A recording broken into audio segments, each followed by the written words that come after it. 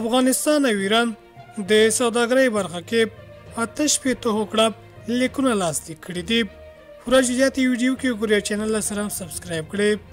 د ریاست الوزرا اقتصادي مرستیال وایي ایران ته د خپل سفر په ترڅ کې لا ایراني لوري سره ډېر هوکړه لیکونه لاسلیک کړي چې دا به د دواړو هیوادونو لپاره ستره لاسب راوړنه وي.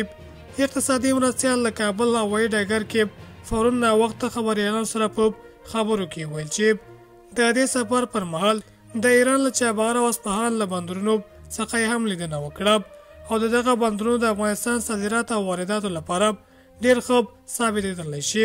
برادر وویل ایران ته د سفر موخه دا وه څوک له ایران سره نه یوازې سوداګرۍ او بېلابېلو برخو کې اړیکې ته پراختیا ورکړي او وکولی شي چې خپل وطني تولیدات په اسانه توګه نورو هیوادونو ته ورسوي.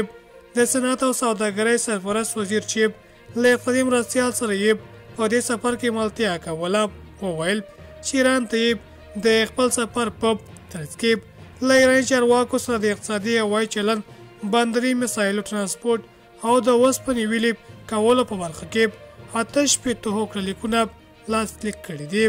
بل لوري ته د افغانستان بانک سرپرست رئیس حماد فلاوی له پاکستان څخه د افغان کډوالو د راتګ او هرکلۍ په موخه تورخم ته سفر کړی او هلته یې د ټاکل شو کمیټو راستنه شوو کډوال سره لیدنه کړې.